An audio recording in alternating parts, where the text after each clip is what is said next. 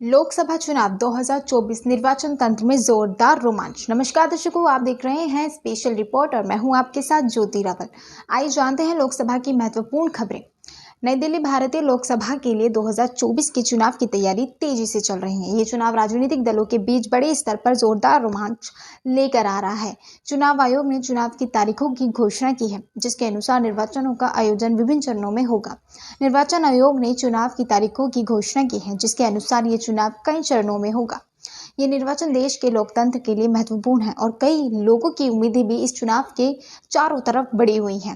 राजनीतिक दलों ने भी चुनावी मैदान में अपनी ताकतों का परीक्षण शुरू कर दिया है। उन्होंने अपने उम्मीदवारों के नामांकन की प्रक्रिया शुरू कर दी है और चुनावी प्रचार में भी अब तेजी ला दी है। विपक्षी दलों ने सरकार के कई मुद्दों पर हमले किए हैं और लोकसभा में भी चर्चा को गर्मा गर्म किया है। उनका मुख्य उद्देश्य सरकार के दुरुपयोग का खुलासा करना है और जनता के बीच अपनी रणनीतियों का प्रस्तुत करना है।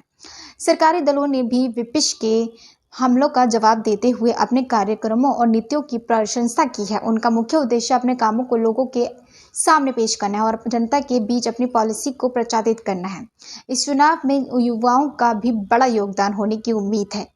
युवा नेताओं ने अपनी एकता और सक्रियता के जरिए राजनीतिक प्रक्रिया में भाग लेने का ऐलान किया है और उन्हें लोकसभा में अपनी आवाज को सुनाने का अवसर मिलेगा।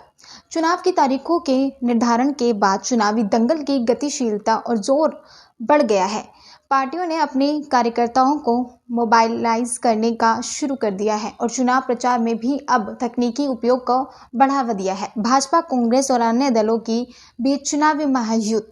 भारतीय लोकसभा के 2024 के चुनाव के नजदीकी आते ही राजनीतिक मैदान में जोरदार गर्माहट बढ़ती जा रही है।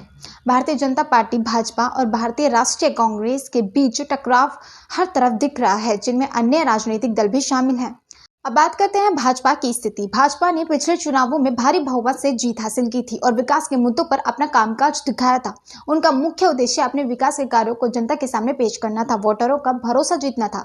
भाजपा ने भारतीय समाज के विभिन्न वर्गों में अपनी ओर आकर्षित करने के लिए सक्रिय रूप से काम किया है। अब वही बात करते हैं कांग्रेस की। कांग्रेस ने अपने नेतृत्व में नए उत्थान की कोशिश की है, लेकिन पिछले कुछ चुनावों में वे हार का सामना कर रहे हैं।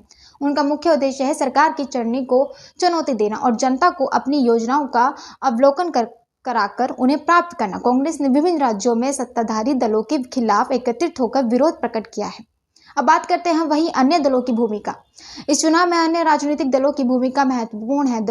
दलों जैसे कि आम आदमी पार्टी, आप, भाजपा, शिवसेना, तृणमूल कांग्रेस और अन्य छोटे बड़े राजनीतिक दल भी अपने क्षेत्र में अपनी उपस्थिति महसूस करवा रहे हैं। ये दल अपनी योजनाओं और मुद्दों को लेकर भी चुनावी मैदान में उतर रहे हैं। ये वोटरों को अपनी ओर आकर्षित करने का प्रयास कर रहे हैं।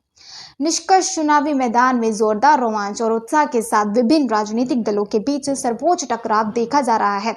इस चुनाव में नागरिकों के वोट का महत्वपूर्ण हिस्सा होगा और ये निर्धारित करेगा कि देश का कौन सा रास्ता अगले 5 सालों में चुनेगा, कौन बनेगा प्रधानमंत्री।